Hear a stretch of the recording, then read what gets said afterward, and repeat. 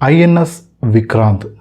ഈ പേരിന് സ്വതന്ത്ര ഇന്ത്യയുടെ നാവിക ചരിത്രത്തിൽ എത്രത്തോളം പ്രാധാന്യമുണ്ടെന്ന് ഞാൻ എടുത്തു പറയേണ്ട കാര്യമില്ല. ഇന്ത്യയുടെ ചരിത്രത്തിൽ ഇത്രയും പോപ്പുലറായിട്ടുള്ള, ഇത്രയും പ്രസിദ്ധമായിട്ടുള്ള ഒരു യുദ്ധക്കപ്പൽ വേറെ ഇല്ലെന്ന് തന്നെ പറയാം. 1947 ശേഷമുള്ള ഇന്ത്യയുടെ ചരിത്രം, അതായത് സ്വതന്ത്ര ഇന്ത്യയുടെ ചരിത്രം പരിശോധിച്ചാൽ ഈ പേര് ഐഎൻഎസ് വിക്രാന്ത് എന്നുള്ള പേര് എടുത്ത് പ്രതിപാദിക്കുന്ന പല സന്ദർഭങ്ങളും നമുക്ക് കാണാൻ സാധിക്കും. ഉദാഹരണം പറഞ്ഞാൽ 1971 ഇൻഡോ പാക് യുദ്ധം. പാകിസ്ഥാൻ എന്ന രാജ്യത്തെ രണ്ടായി വിഭജിച്ച ആ മഹായുദ്ധം നടന്നത് കരയിലാണെങ്കിലും ആ യുദ്ധത്തിൻ്റെ ഗതി നിർണ്ണയിക്കുന്നതിൽ സുപ്രധാനമായ പങ്ക് വഹിക്കാൻ ഐഎൻഎസ് വിക്രാന്തിന് കഴിഞ്ഞിട്ടുണ്ട്. അതായത് പാകിസ്ഥാൻ്റെ PNS ഖാസി എന്ന മുങ്ങിക്കപ്പൽ ഐഎൻഎസ് വിക്രാന്തിനെ മുക്കിക്കളയാൻ വേണ്ടി ഇന്ത്യയുടെ സമുദ്രാതിർത്തിയിലേക്ക് പ്രവേശിച്ചതും പിന്നീട് ഖാസി സ്വയം മുങ്ങി മരിച്ചു പോയതുമൊക്കെ നമ്മുടെ യുദ്ധചരിത്രത്തിൻ്റെ ഭാഗമാണ്. അപ്പോൾ നമ്മളിന്ന് പറയാൻ പോകുന്ന ഇന്ത്യൻ നേവിയിലെ ആദ്യത്തെ വിമാനവാഹിനി കപ്പലായ ഐഎൻഎസ് വിക്രാന്തിൻ്റെ കഥയല്ല.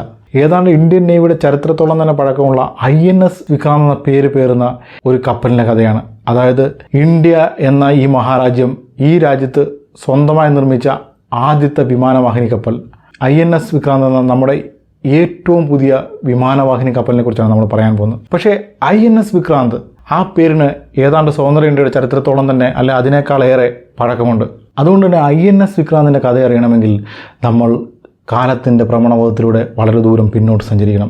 ആ കഥ ആരംഭിക്കുന്നത് ഏതാണ്ട് രണ്ടാം ലോകമഹായുദ്ധകാലത്ത് അങ്ങ് ബ്രിട്ടനിലാണ്. അതായത് 1940 രണ്ടാം ലോകമഹായുദ്ധം കൊടുമ്പിരി കൊണ്ട് നിൽക്കുന്ന കാലഘട്ടം. യുദ്ധത്തിൻ്റെ ഭാഗമായി തങ്ങളുടെ സൈനികശേഷി വർദ്ധിപ്പിക്കാൻ വേണ്ടി ബ്രിട്ടൻ ഏതാണ്ട് 16 വിമാനവാഹിനി കപ്പലുകളുടെ നിർമ്മാണം ആരംഭിച്ചു.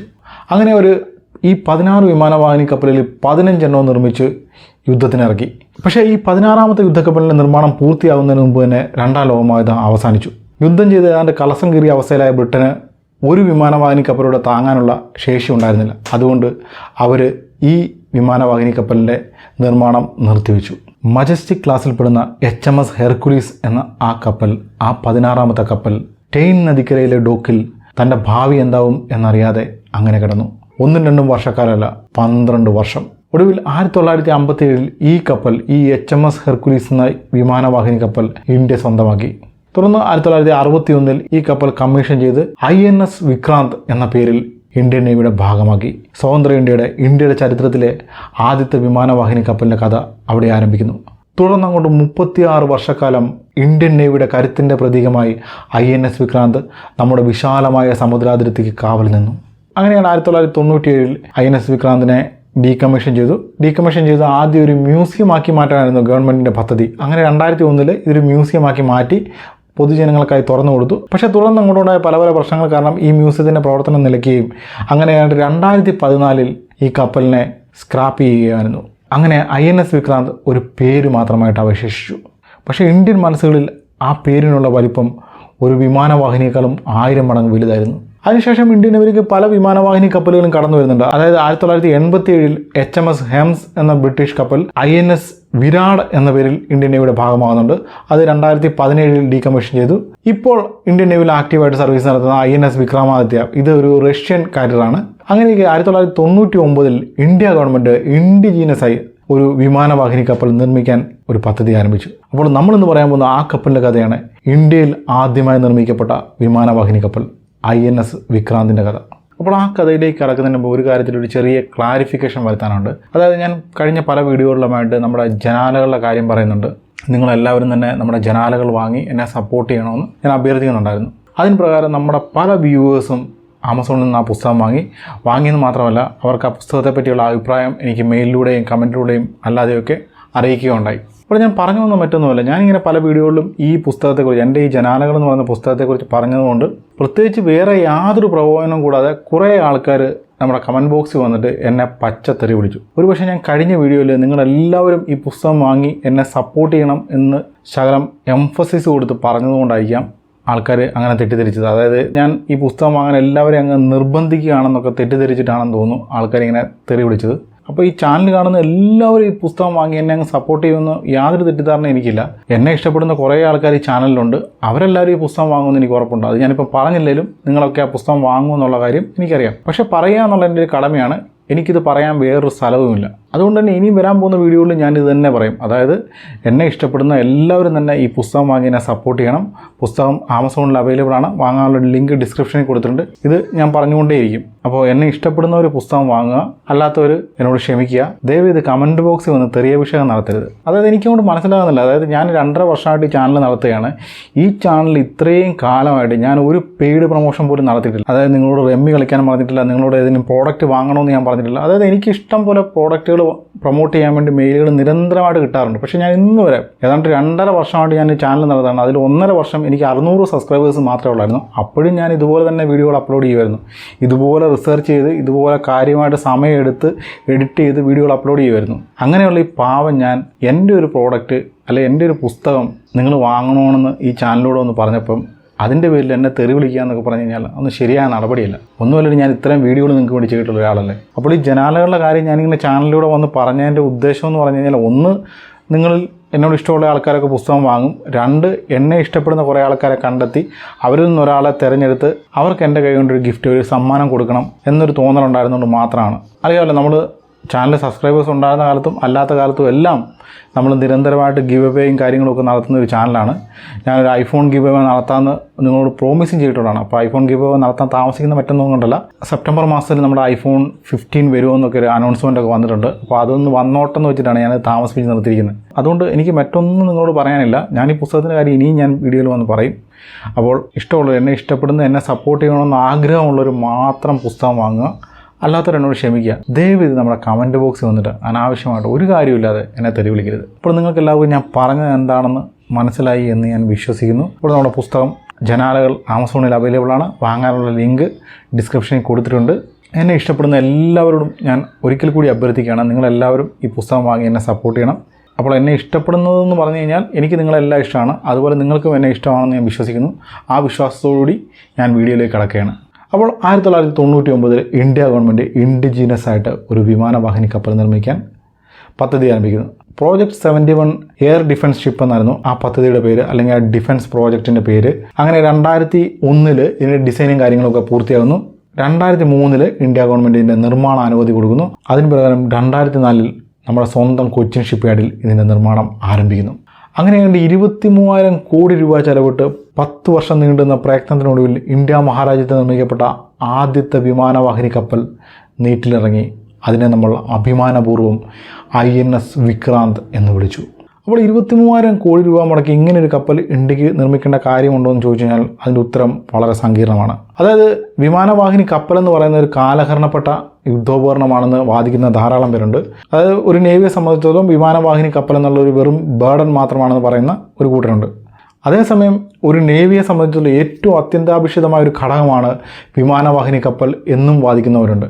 അതായത് ഒരു നേവി ആകണമെങ്കിൽ വിമാനവാഹിനി കപ്പൽ കൂടിയേ തീരൂ എന്ന് വാദിക്കുന്ന ധാരാളം പേരുണ്ട്.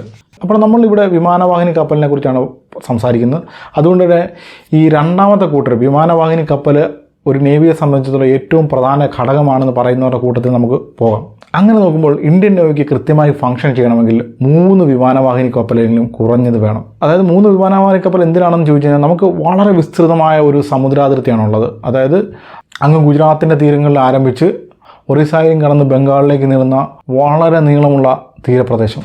ഈ സമുദ്രാതിർത്തി കൃത്യമായി കാക്കണമെങ്കിൽ ഒരു വിമാനവാഹിനി കപ്പൽ നമുക്ക് അറബിക്കടലിൽ വേണം, ഒരു വിമാനവാഹിനി കപ്പൽ നമുക്ക് ബംഗാൾ ഉൾക്കടലിൽ വേണം. ഈ വിമാനവാഹിനി കപ്പലും അതിൻ്റെ അനുബന്ധമായിട്ടുള്ള കാരിയർ സ്ട്രൈക്ക് ഫോഴ്സും മറ്റ് ഫ്ലീറ്റുകളും എല്ലാം കൂടെ വരുമ്പോഴാണ് ഈ സമുദ്രാതിർത്തി നമുക്ക് വ്യക്തമായി പ്രൊട്ടക്ട് ചെയ്യാൻ സാധിക്കുന്നത്. ഈ കപ്പൽ വ്യൂഹങ്ങളെ സപ്പോർട്ട് ചെയ്യാൻ വേണ്ടി, അല്ലെങ്കിൽ ഈ കപ്പൽ വ്യൂഹങ്ങൾ കൂടാതെ നമുക്ക് ആൻഡമാൻ നിക്കോബാർ ദ്വീപിലൊക്കെ നമുക്ക് തിയേറ്റർ കമാൻഡുകളൊക്കെ ഉണ്ട്.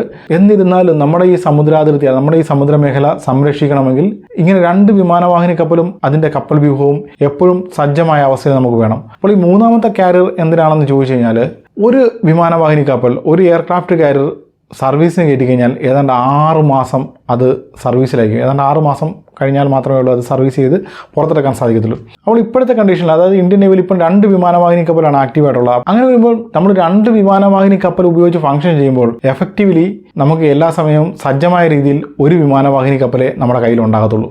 ഒരു വിമാനവാഹിനി കപ്പൽ എപ്പോഴും അറ്റകുറ്റപ്പണികളൊക്കെ ആയിട്ട് സർവീസിങ്ങിലായിരിക്കും. ഈ ഗ്യാപ്പ് ഫില്ല് ചെയ്യാൻ വേണ്ടിയാണ് നമ്മുടെ ഈ മൂന്നാമത്തെ വിമാനവാഹിനി കപ്പൽ. അതായത് നമ്മുടെ ഈ 3 വിമാനവാഹിനി കപ്പൽ ഉണ്ടെങ്കിൽ നേവിയുടെ പക്കൽ 2 വിമാനവാഹിനി കപ്പൽ ഏത് സമയവും സുസജ്ജമായ അവസ്ഥയിലുണ്ടാകും. ഇനി നിർമ്മാണ ചെലവിൻ്റെ കാര്യത്തിലേക്ക് വന്നാൽ 23,000 കോടി രൂപയാണ് നമ്മൾ ഈ കപ്പൽ നിർമ്മിക്കാൻ വേണ്ടി ചെലവിട്ടത്. ഇതൊരു നഷ്ടമല്ലെന്ന് ചോദിച്ചു കഴിഞ്ഞാൽ അതിനെ കാണേണ്ടത് ഇങ്ങനെയാണ്. അതായത് നമ്മൾ ഈ 23,000 കോടി രൂപ ഏതെങ്കിലും ഒരു വിദേശ രാജ്യത്തിന് കൊടുത്ത് അവിടെ നിന്നൊരു കപ്പൽ പ്രൊക്യൂർ ചെയ്യുകയായിരുന്നെങ്കിൽ, അതായത് റഷ്യയിൽ നിന്നോ അമേരിക്കയിൽ നിന്നോ അല്ലെങ്കിൽ ബ്രിട്ടനിൽ നിന്നോ മറ്റോ ഒരു കപ്പൽ ഇങ്ങനെ മേടിച്ചുകൊണ്ട് വരികയായിരുന്നെങ്കിൽ ആ 23,000 കോടി രൂപ അവരങ്ങ് കൊണ്ടുപോയിനെ. പക്ഷേ ഇവിടെ സംഭവിച്ച മറിച്ചാണ്. ഈ 23,000 കോടി രൂപയും ഇന്ത്യൻ എക്കോണമിയുടെ ഭാഗമായി മാറുകയാണ് ചെയ്തത്. അതായത് ഈ കപ്പൽ നിർമ്മിച്ച കൊച്ചിൻ ഷിപ്പ്യാർഡ് ഇതൊരു പബ്ലിക് സെക്ടർ കമ്പനിയാണ്. തന്നെയുമല്ല ഈ കപ്പലിൻ്റെ നിർമ്മാണാവശ്യത്തിന് വേണ്ട ഏതാണ്ട് 85% ഘടകങ്ങളും നമ്മൾ ഇന്ത്യയിൽ ഇൻഡിജിനസ് ആയിട്ട് നിർമ്മിച്ചതാണ്, അല്ലെങ്കിൽ ഇന്ത്യയിൽ നിന്നും പ്രൊക്യൂർ ചെയ്തതാണ്. അത് 26,000 ടൺ സ്റ്റീലാണ് ഇതിൻ്റെ ഏറ്റവും എസെൻഷ്യൽ അസംസ്കൃത വസ്തു, ഏറ്റവും എസെൻഷ്യൽ റോ മെറ്റീരിയലായിട്ട് ഈ കപ്പലിൻ്റെ നിർമ്മാണത്തിനായി നമ്മൾ ഉപയോഗിച്ചത്. അപ്പോൾ ഈ 26,000 ടൺ സ്റ്റീൽ നമ്മൾ പ്രൊക്യൂർ ചെയ്ത് എവിടെ നിന്നാണ്? ഇന്ത്യയുടെ സ്വന്തം സ്റ്റീൽ പ്ലാന്റുകളായിട്ടുള്ള ബൊക്കാറോ, ഭിലായി അല്ലെങ്കിൽ റൂർഖേല തുടങ്ങിയ ഉരുക്ക് നിർമ്മാണ ശാലകളിൽ നിന്നാണ്. ഇനി ഇതിൻ്റെ നിർമ്മാണത്തിന് ആവശ്യമായ സ്പെഷ്യൽ ഗ്രേഡ് സ്റ്റീൽ, അതായത് ആ സ്റ്റീൽ അറിയപ്പെടുന്ന DMR 241 ഗ്രേഡ് എന്നാണ്. ആ സ്റ്റീൽ ഡിസൈൻ ചെയ്ത് DMR, അതായത് ഡിഫൻസ് മെറ്റലർജിക്കൽ റിസർച്ച് ലാബറട്ടറിയും സ്റ്റീൽ അതോറിറ്റി ഓഫ് ഇന്ത്യയും ചേർന്നാണ്. കൂടാതെ ഈ കപ്പലിൻ്റെ ഭാഗമായിട്ടുള്ള ചെറുതും വലുതുമായ ധാരാളം ഘടകങ്ങൾ നിർമ്മിച്ചത് ഇന്ത്യയുടെ പബ്ലിക് സെക്ടർ മേഖലയിൽ പ്രവർത്തിക്കുന്നതും പ്രൈവറ്റ് സെക്ടർ മേഖലയിൽ പ്രവർത്തിക്കുന്നതുമായിട്ടുള്ള കമ്പനികളാണ്. ഉദാഹരണം പറയുകയാണെങ്കിൽ ഈ കപ്പൽ ഉപയോഗിച്ചിരിക്കുന്ന integrated platform management system IPMS ഇത് നിർമ്മിച്ചിരിക്കുന്നത് ഭാരത് ഹെവി ഇലക്ട്രിക്കൽ ലിമിറ്റഡ്, അതായത് BHEL ആണ്. അതുപോലെ തന്നെ കോമ്പാറ്റ് മാനേജ്മെൻറ്റ് സിസ്റ്റം അത് ഡെവലപ്പ് ചെയ്തിരിക്കുന്നത് ടാറ്റ അഡ്വാൻസ് സിസ്റ്റംസ് ആണ്. കൂടാതെ ഇതിൻ്റെ ആവശ്യമായ refrigeration system, cooling system, air conditioning system ഇതൊക്കെ നിർമ്മിച്ചത് കിർലോസ്കറാണ്. പിന്നെ നമ്മുടെ സ്വന്തം കമ്പനികളായിട്ടുള്ള L&T, അതുപോലെ ക്രോംപ്ടൺ ഇവരൊക്കെ ഇതിലെ പല ഭാഗങ്ങളും നിർമ്മിച്ചിട്ടുണ്ട്. അതുകൊണ്ട് തന്നെ ഈ 23,000 കോടി രൂപ എന്നത് ഇന്ത്യൻ സമ്പദ് വ്യവസ്ഥയിൽ ലയിച്ചു ചേരുകയാണ് യഥാർത്ഥത്തിൽ സംഭവിച്ചിട്ടുള്ളത്. ഇനി ഇതിൻ്റെ ടെക്നിക്കൽ സൈഡിലേക്ക് വരാം. അതായത് 262 മീറ്റർ നീളവും 62 മീറ്റർ വീതിയുമാണ് ഈ കപ്പലിനുള്ളത്. ഇതിൻ്റെ ഓവറോൾ ഹൈറ്റ് എന്ന് പറഞ്ഞാൽ 59 മീറ്ററാണ്. ഇനി ഇതിന് പവർ നൽകുന്നത് ഇതിൻ്റെ എഞ്ചിൻ എന്ന് പറഞ്ഞു കഴിഞ്ഞാൽ ജിയുടെ, അതായത് ജനറൽ ഇലക്ട്രിക്സിൻ്റെ GLM 2500 എന്ന ഗ്യാസ് ടർബൈനുകളാണ്. അതായത് 4 ഗ്യാസ് ടർബൈനുകളാണ് ഇതിന് പവർ നൽകുന്നത്. അപ്പോൾ ഈ പറഞ്ഞ ഗ്യാസ് ടർബൈനുകൾ GLM 2500 എന്ന ഗ്യാസ് ടർബൈനുകൾ ഇത് ടെക്നിക്കലി ജിയുടെ ആണെങ്കിലും ഇതിൻ്റെ ഡിസൈനും കാര്യങ്ങളൊക്കെ GE ആണ് ചെയ്തിരിക്കുന്നതെങ്കിലും നിർമ്മിച്ചത് നമ്മുടെ HAL ആണ്. ഇനി ഈ INS വിക്രാന്തിൻ്റെ ഡിസൈനിലേക്ക് വന്നു കഴിഞ്ഞാൽ കാഴ്ചയിൽ നമ്മൾ ഒറ്റ നോട്ടത്തിൽ ഇത് INS വിക്രമാദിത്യയുമായിട്ട് വളരെ സിമിലർ ആണ്. ഏതാണ്ട് INS വിക്രമാദിത്യയുടെ അതേ ഡിസൈനായിട്ടൊക്കെ നമുക്ക് തോന്നും. അതിന് കാരണം ഇത് രണ്ടും സ്റ്റോബാർ കോൺഫിഗറേഷനിലുള്ള ഷിപ്പുകളായതുകൊണ്ടാണ്. അപ്പോൾ സ്റ്റോബാർ കോൺഫിഗറേഷൻ എന്താണെന്ന് ചോദിച്ചാൽ short take off but arrested recovery, അതാണ് സ്റ്റോബാർ കോൺഫിഗറേഷൻ. ഇവിടെ ഒരു സ്കീ ജമ്പിൻ്റെ സഹായത്തോടുകൂടി വിമാനം സ്വന്തം പവർ ഉപയോഗിച്ച് ടേക്ക് ഓഫ് ചെയ്യുകയാണ് ചെയ്യുന്നത്. അപ്പോൾ നമുക്കറിയാം അമേരിക്ക അവരുടെ കാരിയറുകളെല്ലാം ഉപയോഗിക്കുന്നത്, അമേരിക്കയുടെ എല്ലാ കാരിയറുകളും കാറ്റോബാർ കോൺഫിഗറേഷനുള്ള കാരിയറുകളാണ്. അപ്പോൾ ഈ കാറ്റോബാർ കോൺഫിഗറേഷനിൽ ഒരു കാറ്റപോൾട്ട്, ഒരു സ്റ്റീം കാറ്റപോൾട്ട് അല്ലെങ്കിൽ ഇലക്ട്രോമാഗ്നറ്റിക് കാറ്റപോൾട്ട് ഉപയോഗിച്ച് ഈ വിമാനത്തെ ആകാശത്തോട് ഷൂട്ട് ചെയ്യുകയാണ് ചെയ്യാറുള്ളത്. അപ്പോൾ സ്റ്റോബാർ ഷിപ്പുകളാണോ കാറ്റോബാർ ഷിപ്പുകളാണോ നല്ലതെന്ന് ചോദിച്ചു കഴിഞ്ഞാൽ ഈ സ്റ്റോബാർ ഷിപ്പുകൾ ഡിസൈൻ ചെയ്യാനും നിർമ്മിക്കാനൊക്കെ വളരെ എളുപ്പമാണ്. തന്നെയുമല്ല ഇതിൻ്റെ നിർമ്മാണ ചെലവ് വളരെ കുറവാണ്, ഓപ്പറേഷണൽ കോസ്റ്റ് വളരെ കുറവാണ്. നേരെ മറിച്ച് മറുവശത്ത് ഈ കാറ്റോബാർ ഷിപ്പുകളിലേക്ക് വരുമ്പോഴത്തേന് അതിൻ്റെ നിർമ്മാണവും ഡിസൈനിങ്ങും ഒക്കെ വളരെ കോംപ്ലിക്കേറ്റഡ് ആണ്. അതുകൊണ്ട് തന്നെ അതിൻ്റെ നിർമ്മാണ ചെലവ് കൂടുതലാണ്, അതുപോലെ തന്നെ ഓപ്പറേഷണൽ കോസ്റ്റും കൂടുതലാണ്. പക്ഷേ ഇതിൻ്റെ അഡ്വാൻറ്റേജ് എന്താണെന്ന് വെച്ചാൽ ഈ സ്റ്റോബാർ ഷിപ്പുകളിൽ ഈ ഫ്ലൈറ്റ് ഡെക്കിലെ ആക്റ്റീവ് സ്പേസ് എന്ന് പറഞ്ഞു കഴിഞ്ഞാൽ വളരെ കുറവായിരിക്കും. നേരെ മറിച്ച് കാറ്റോബാർ കോൺഫിഗറേഷനിലേക്ക് വരുമ്പോഴത്തേന് ഈ ഫ്ലൈറ്റ് ഡെക്കിലെ ആക്റ്റീവ് സ്പേസ്, യൂസബിൾ സ്പേസ് എന്ന് പറയുന്നത് വളരെ കൂടുതലായിരിക്കും. അതുകൊണ്ട് തന്നെ സോർട്ടിംഗ് ജനറേഷൻ റേറ്റും റിക്കവറി റേറ്റും വളരെ കൂടുതലായിരിക്കും. അത് വളരെയധികം എയർക്രാഫ്റ്റുകൾ തുടരെ ടേക്ക് ഓഫ് നടത്താൻ സാധിക്കും, അതുപോലെ തന്നെ ലാൻഡ് ചെയ്യാനും സാധിക്കും. പക്ഷേ സ്റ്റോബാറിലേക്ക് വരുമ്പോൾ ആ കാര്യത്തിൽ ചില റെസ്ട്രിക്ഷൻസ് ഒക്കെ ഉണ്ട്. അപ്പോൾ നമ്മുടെ INS വിക്രാന്ത് കാഴ്ചയിൽ INS വിക്രമാദിത്യ പോലെ ഇരിക്കുമെങ്കിലും INS വിക്രമാദിത്യക്കുള്ള ചെറുതും വലുതുമായ പല ന്യൂനതകളും പരിഹരിച്ചാണ് നമ്മൾ INS വിക്രാന്ത് ഡിസൈൻ ചെയ്തതും ഡെവലപ്പ് ചെയ്തതും. അപ്പോൾ ഇത് സൂചിപ്പിക്കുന്ന പല ഉദാഹരണങ്ങളും നമുക്ക് എടുത്തു പറയാൻ സാധിക്കും. അതുകൊണ്ട് തന്നെ വളരെ ചെറിയൊരു എക്സാമ്പിൾ ഞാൻ പറഞ്ഞിട്ട് മുന്നോട്ട് പോകാം. അത് INS വിക്രമാദിത്യയിലെ ഫ്ലൈറ്റ് ലിഫ്റ്റുകളുടെ കാര്യം നോക്കിയറിയാം. ഈ ലിഫ്റ്റുകളുടെ പൊസിഷൻ എന്ന് പറഞ്ഞു കഴിഞ്ഞാൽ നമ്മുടെ ഈ ഷിപ്പിൻ്റെ ഐലൻഡ് അഥവാ ഏവിയേഷൻ കോംപ്ലക്സിൻ്റെ മുന്നിലായിട്ട് ഡക്ക് ഫേസിംഗ് ആയിട്ടാണ് ഇത് കൊടുത്തിരിക്കുന്നത്. പക്ഷേ INS വിക്രാന്തിലേക്ക് വരുമ്പോഴത്തേന് ഏവിയേഷൻ കോംപ്ലക്സിൻ്റെ വശങ്ങളിലായിട്ട് സീ ഫേസിംഗ് ആയിട്ടാണ് ഈ ലിഫ്റ്റുകളുള്ളത്. അപ്പോൾ ഇതുകൊണ്ടുള്ള അഡ്വാൻറ്റേജ് എന്താണെന്ന് ചോദിച്ചാൽ INS വിക്രമാദിത്യയുടെ കേസിൽ ഒന്നാമത്തെ കാര്യം ഈ ലിഫ്റ്റുകൾ ഏവിയേഷൻ കോംപ്ലക്സിൻ്റെ മുന്നിലായതുകൊണ്ട് തന്നെ ഫ്ലൈറ്റ് ഡെക്കിലെ യൂസബിൾ സ്പേസ് കുറയും. തന്നെയുമല്ല ഈ ലിഫ്റ്റിൽ നീളം കൂടിയ എയർക്രാഫ്റ്റുകൾ നമുക്ക് ക്യാരി ചെയ്യാൻ സാധിക്കത്തില്ല.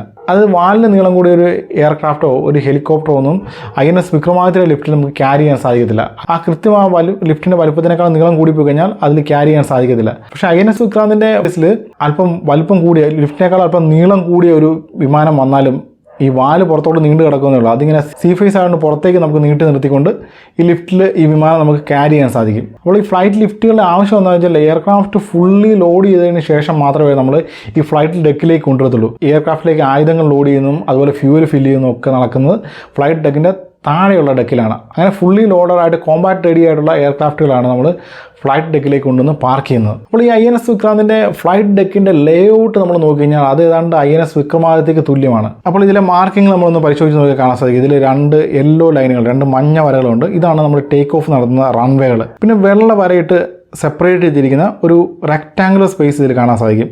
ഇതാണ് ഇതിൻ്റെ ലാൻഡിംഗ് സ്ട്രിപ്പ്. വിമാനങ്ങൾ ലാൻഡ് ചെയ്യുന്നത് ഇവിടെയാണ്.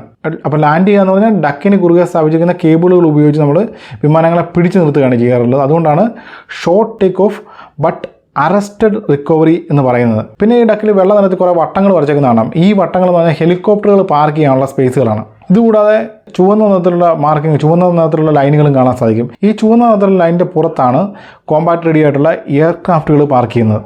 അതായത് ചുവന്ന മാർക്കിങ്ങിന് ഉള്ളിലുള്ള ഏരിയ എന്ന് പറഞ്ഞാൽ ഈ ഫ്ലൈറ്റ് ഡെക്കിലെ ആക്റ്റീവ് ഏരിയ ആണ്. അവിടെയാണ് വിമാനങ്ങളുടെ ടേക്ക് ഓഫും ലാൻഡിങ്ങും കാര്യങ്ങളും എല്ലാം നടക്കുന്നത്. ഇനി ഫ്ലൈറ്റ് ഡെക്കിൻ്റെ സൈഡിൽ ഒരു ടവർ പോലെ ഉയർന്നു നിൽക്കുന്നതാണ് ഏവിയേഷൻ കോംപ്ലക്സ് അഥവാ ഐലൻഡ്. ഇവിടെയാണ് കപ്പലിലെ എല്ലാ തരത്തിലുള്ള എക്യുപ്മെന്റ്സ്, അതായത് റഡാറുകൾ, സെൻസറുകൾ, അല്ലെങ്കിൽ വാർഫെയർ സപ്പോർട്ട് എക്യുപ്മെന്റ്സുകൾ, അല്ലെങ്കിൽ സർവൈലൻസ് എക്യുപ്മെന്റുകൾ, അങ്ങനെയുള്ള എല്ലാ കാര്യങ്ങളും സ്ഥാപിച്ചിരിക്കുന്നത് ഈ ടവറിലാണ്. അതായത് നമ്മൾ ഈ വിമാനവാഹിനി കപ്പലിനെ അല്ലെങ്കിൽ ഈ എയർക്രാഫ്റ്റ് കാരിയറിനെ ഒരു എയർപോർട്ടായിട്ട് കണക്കാക്കുകയാണെങ്കിൽ എയർപോർട്ടിലെ എയർ ട്രാഫിക് കൺട്രോൾ ടവർ ഉണ്ടല്ലോ, അതാണ് ഈ ഏവിയേഷൻ കോംപ്ലക്സ്, അല്ലെങ്കിൽ അതിന് ഇക്വലൻ്റ് ആണ് ഈ ഏവിയേഷൻ കോംപ്ലക്സ്. ഇവിടെ പലതരത്തിലുള്ള എക്യുപ്മെന്റുകളുണ്ട്. അതായത് പറഞ്ഞു നോക്കുകയാണെങ്കിൽ ടാക്ടിക്കൽ എയർ നാവിഗേഷൻ സിസ്റ്റം, അതായത് ടാക്കോൺ റഡാർ ഉണ്ട്. പിന്നെ ഒരു മറൈൻ സർവൈലൻസ് റഡാർ ഉണ്ട്. പിന്നെ സൈലക്സ്ട്രാൻ 40L, ഇതൊരു എൽ ബാൻഡ് എയർ സർവൈലൻസ് റഡാറാണ്. ഇത് നമ്മൾ ഇറ്റലിയിൽ നിന്നും പ്രൊക്യൂർ ചെയ്തിരിക്കുന്നതാണ്. പിന്നെ എൽറ്റ ELM 2248 MF സ്റ്റാർ റഡാറുണ്ട്. ഇത് ഇസ്രയേലിൽ നിന്നും പ്രൊക്യൂർ ചെയ്ത ഒരു മൾട്ടി ഫംഗ്ഷൻ AES റഡാറാണ്. മൾട്ടി ഫംഗ്ഷൻ എന്നുകൊണ്ട് ഉദ്ദേശിക്കുന്നത് ഇതിന് എയർലൈൻ സർഫസിലുള്ള ശത്രുവിൻ്റെ വിമാനങ്ങളെയും കപ്പലുകളെയും ഒക്കെ ട്രാക്ക് ചെയ്യാൻ സാധിക്കും. അതുപോലെ തന്നെ നമ്മുടെ മിസൈലുകളുടെ ടാർഗറ്റ് ഇലുമിനേഷനും ഗൈഡൻസിനും ഒക്കെ ഇത് ഉപയോഗിക്കാൻ സാധിക്കും. അതായത് ഈ റഡാറിൻ്റെ സഹായത്തോടെ നമുക്ക് റഡാർ ഹോമിംഗ് ആയിട്ടുള്ള മിസൈലുകൾ, അതായത് സർഫസ് ടു എയർ മിസൈലുകളും ആൻറ്റി ഷിപ്പ് മിസൈലുകളും ഉപയോഗിച്ച് മൾട്ടിപ്പിൾ ടാർഗറ്റുകളെ എൻഗേജ് ചെയ്യാൻ സാധിക്കും. ഇതിൻ്റെ ഒരു റേഞ്ച് എന്ന് പറഞ്ഞാൽ 250 കിലോമീറ്ററാണ്. ഇതുകൂടാതെ സെക്കൻഡറി സർവൈലൻസ് റഡാറുകളുണ്ട്. പിന്നെ കമ്മ്യൂണിക്കേഷൻ വേണ്ടി സാറ്റ്കോം ഉണ്ട്. അതുപോലെ തന്നെ ACCS advance composite communication system. അതുപോലെ കാലാവസ്ഥ അറിയാൻ വേണ്ടി വെതർ റഡാറുകളുണ്ട്. ഇതിന് പുറമെ കവച് എന്ന പേരിലൊരു ആൻറ്റി മിസൈൽ സിസ്റ്റം ഉണ്ട്. പിന്നെ നയൻ എന്ന് പറഞ്ഞൊരു കമ്മ്യൂണിക്കേഷൻ ആൻഡ് ഇൻ്റലിജൻസ് സിസ്റ്റം, അതായത് ഒരു കോമിറ്റ് സിസ്റ്റം ഉണ്ട്. പിന്നെ ഇതുകൂടാതെ ഒരു advance torpedo defence system ATDS. ഇപ്പോൾ ഈ ATDS സിസ്റ്റം നമ്മൾ ഇൻ്റലിജൻസ് ആയിട്ട് നിർമ്മിച്ചാണ്. അതിൻ്റെ പേര് മാരീജ് എന്നാണ്. അങ്ങനെ നോക്കുമ്പോൾ ലോകത്തിലെ ഏതൊരു എയർക്രാഫ്റ്റ് കാര്യങ്ങളോടും കിടപിടിക്കാവുന്ന രീതിയിൽ വെൽ എക്യുപ്ഡ് ആണ് നമ്മുടെ INS വിക്രാന്ത്. ഇനി INS വിക്രാന്തിൻ്റെ ആയുധശേഷിയിലേക്ക് വന്നു കഴിഞ്ഞാൽ ഇതിൽ Barak 8 surface to air missile system ഉണ്ട്. അതായത് 32 സെല്ലുകളാകുന്ന ഒരു VLS സിസ്റ്റം, ഒരു വെർട്ടിക്കൽ ലോഞ്ച് സിസ്റ്റമാണ് ഇതിൽ ഉപയോഗിച്ചിരിക്കുന്നത്. ഇതുകൂടാതെ 76mm ഓട്ടോമെലറ കാനൺ ഉണ്ട്. ഇതൊരു ഇറ്റാലിയൻ കാനൺ സിസ്റ്റമാണ്. പക്ഷേ ഈ ടെക്നോളജി ട്രാൻസ്ഫറിൻ്റെ ഭാഗമായിട്ട് നമ്മുടെ BHEL ബെല്ലാണ് നിർമ്മിച്ചിരിക്കുന്നത്. പിന്നെ AK-630 എന്ന് പറയുന്ന പോയിന്റ് ഡിഫൻസ് സിസ്റ്റം ഉണ്ട്. ഇത് റഷ്യൻ ടെക്നോളജിയാണ്. പക്ഷേ ഇതും ടെക്നോളജി ട്രാൻസ്ഫറിൻ്റെ ഭാഗമായിട്ട് നമ്മുടെ ഓർഡിനൻസ് ഫാക്ടറിയിലാണ് നിർമ്മിച്ചിരിക്കുന്നത്. ഇനി ഒരു എയർക്രാഫ്റ്റ് കാരിയറിനെ എയർക്രാഫ്റ്റ് കാരിയറാക്കി മാറ്റുന്ന അതിലുപയോഗിക്കുന്ന എയർക്രാഫ്റ്റുകളാണ്. അപ്പോൾ INS വിക്രാന്തിൽ ഉപയോഗിക്കുന്ന എയർക്രാഫ്റ്റുകൾ ഏതൊക്കെയാണെന്ന് നമുക്ക് നോക്കാം. അപ്പോൾ INS വിക്രാന്തിലെ ഫിക്സ്ഡ് വിങ് എയർക്രാഫ്റ്റുകളും റോട്ടറി വിങ് എയർക്രാഫ്റ്റുകളുമായിട്ട് 36 എയർക്രാഫ്റ്റുകൾ ഒരേ സമയം ക്യാരി ചെയ്യാൻ സാധിക്കും. അപ്പോൾ ലോകത്തിലെ ഏറ്റവും അഡ്വാൻസ് ആയിട്ടുള്ള നേവൽ എയർക്രാഫ്റ്റുകൾ ഉപയോഗിക്കാവുന്ന രീതിയിലാണ് ഇത് നിർമ്മിച്ചിരിക്കുന്നത്. പക്ഷേ തൽക്കാലം ഇന്ത്യൻ നേവിയിൽ നേവൽ എയർക്രാഫ്റ്റ് ആയിട്ടുള്ളത് MiG-29 മാത്രമാണ്. ഇത് വളരെ അഡ്വാൻസ് ആയിട്ടുള്ള ഒരു കാരിയർ ബേസ്ഡ് മൾട്ടിറോൾ ഫൈറ്ററാണ്. മിഗ് ഇതിനെ 4+ ജനറേഷൻ ഫൈറ്റർ ആയിട്ടാണ് കണക്കാക്കുന്നത്. ഇതുകൂടാതെ സമീപ ഭാവിയിൽ തന്നെ നമ്മുടെ തേജസിൻ്റെ നേവൽ വേരിയൻ്റ് വരും. തന്നെയല്ല കൂടുതൽ അഡ്വാൻസ് ആയിട്ടുള്ള, കൂടുതൽ എഫക്റ്റീവ് ആയിട്ടുള്ള കാരിയർ ബേസ്ഡ് ഫൈറ്ററുകൾ INS വിക്രാന്തിന് വേണ്ടി പ്രൊക്യൂർ ചെയ്യാനുള്ള പദ്ധതികൾ നടന്നുകൊണ്ടിരിക്കുകയാണ്. ആ ലിസ്റ്റിൽ റഫാലിൻ്റെ കാരിയർ ബേസ്ഡ് വേരിയൻ്റ് ഉണ്ട്. കൂടെ ആക്റ്റീവായിട്ട് പരിഗണിക്കുന്നത് F-18 സൂപ്പർ ഹോർണറ്റിൻ്റെ പേരാണ്. അപ്പോൾ ഈ F-18 സൂപ്പർ ഹോർണറ്റിൻ്റെ കാര്യം പറഞ്ഞാൽ ഇത് അമേരിക്കൻ നേവിയിൽ വളരെ ആക്റ്റീവായിട്ട്, അല്ല അമേരിക്കൻ നേവിയുടെ ഏറ്റവും പ്രധാനപ്പെട്ട കാരിയർ ബേസ്ഡ് എയർക്രാഫ്റ്റാണ്. പക്ഷേ ഇതിൻ്റെ പ്രശ്നം എന്ന് വെച്ചാൽ ഈ അമേരിക്കൻ നേവി കാറ്റബാർ കോൺഫിഗറേഷനുള്ള കാരിയറുകളാണ് ഉപയോഗിക്കുന്നത്. നമ്മുടെ കയ്യിലുള്ളത് സ്റ്റോബാർ കോൺഫിഗറേഷനുള്ള കാരിയറാണ്. അപ്പോൾ ഈ സ്റ്റോബാർ കോൺഫിഗറേഷനുള്ള കാരിയറിൽ നിന്ന് ഇത് വളരെ എഫക്റ്റീവായിട്ട് ഉപയോഗിക്കാൻ സാധിക്കുമെന്നാണ് അമേരിക്കൻ നേവി അവകാശപ്പെടുന്നത്. അതുതന്നെയല്ല ഇന്ത്യയുമായിട്ട് ചേർന്ന് നടത്തിയ പല നാവിക അഭ്യാസങ്ങളിലും ഇത് അവർ പരീക്ഷിച്ചിട്ടുള്ളതാണ്. തന്നെയുമല്ല ഇന്ത്യ മൂന്നാമതായിട്ടൊരു കാരിയർ പ്ലാൻ ചെയ്യുന്നുണ്ട്. ഒരു കാറ്റബോർ കോൺഫിഗറേഷനുള്ള INS വിശാൽ എന്ന് പറഞ്ഞുകൊണ്ടൊരു കാരിയർ പ്ലാൻ ചെയ്യുന്നുണ്ട്. അത് സമീപഭാവിയിൽ നിർമ്മിക്കത്തില്ല, വിദൂര ഭാവിയിൽ എവിടെയെങ്കിലും നിർമ്മിക്കപ്പെട്ടാലേ ഉള്ളൂ. പക്ഷേ അങ്ങനെ ഒരു കാരിയർ പരിഗണനയിലുണ്ടെങ്കിൽ നമ്മൾ പ്രൊക്യൂർ ചെയ്യാൻ സാധ്യത കൂടുതൽ ഈ F-18 സൂപ്പർ ഹോർണറ്റ് ആയിരിക്കും. അപ്പോൾ ഈ പറഞ്ഞ ഫിക്സ്ഡ് വിങ് എയർക്രാഫ്റ്റുകളെ കൂടാതെ റോട്ടറി വിങ് എയർക്രാഫ്റ്റുകൾ, ഹെലികോപ്റ്ററുകൾ, അതായത് 3 ടൈപ്പ് ഹെലികോപ്റ്ററുകൾ INS വിക്രാന്തിൽ നിന്നും സർവീസ് നടത്തുന്നുണ്ട്. അത് കമോവ് K-31 എന്ന് പറഞ്ഞ റഷ്യൻ ഹെലികോപ്റ്റർ, പിന്നെ സിർക്കോസ്കി MH-60R സീഹാക്ക് എന്ന അമേരിക്കൻ ഹെലികോപ്റ്റർ, പിന്നെ നമ്മുടെ സ്വന്തം HAL ധ്രുവ്. അപ്പോൾ കഴിഞ്ഞ സെപ്റ്റംബർ 2 മുതൽ INS വിക്രാന്ത് ഇന്ത്യൻ നേവിയുടെ ഭാഗമായി ഇന്ത്യയുടെ സമുദ്രാതിർത്തി കാത്തു വരികയാണ്. INS വിക്രാന്തിൻ്റെ പേര്, INS വിക്രാന്ത് എന്ന മഹത്തരമായ പേരിൻ്റെ തിളക്കവും മഹിമയും പതിറ്റാണ്ടുകളോളം ഉയർത്തിപ്പിടിക്കാൻ എന്തുകൊണ്ടും പര്യാപ്തമാണ് നമ്മുടെ പുതിയ INS വിക്രാന്ത് എന്ന ഈ വിമാനവാഹിനി കപ്പൽ. അപ്പോൾ തൽക്കാലം ഈ വീഡിയോ ഞാനിവിടെ അവസാനിപ്പിക്കുകയാണ്. വീഡിയോ അവസാനിപ്പിക്കുന്നതിന് മുമ്പായിട്ട് നമ്മുടെ ജനാലകളുടെ കാര്യം ഞാൻ ഒരിക്കൽ കൂടി പറയുകയാണ്. ജനാലകൾ ആമസോണിൽ അവൈലബിൾ ആണ്. വാങ്ങാനുള്ള ലിങ്ക് ഡിസ്ക്രിപ്ഷനിൽ കൊടുത്തിട്ടുണ്ട്. എന്നെ ഇഷ്ടപ്പെടുന്ന, എന്നെ സപ്പോർട്ട് ചെയ്യണമെന്ന് ആഗ്രഹമുള്ള നിങ്ങളെല്ലാവരോടും ഞാൻ ഒരിക്കൽ കൂടി അഭ്യർത്ഥിക്കുകയാണ്, എല്ലാവരും ഈ ജനാലകൾ വാങ്ങി എന്നെ സപ്പോർട്ട് ചെയ്യണം. അപ്പോൾ ഇതിലും ഇൻഫോർമേറ്റീവായ, ഇതിലും ഇൻട്രസ്റ്റിംഗ് ആയ മറ്റൊരു വീഡിയോയുമായി വീണ്ടും വരാം. അതുവരെ ബൈ.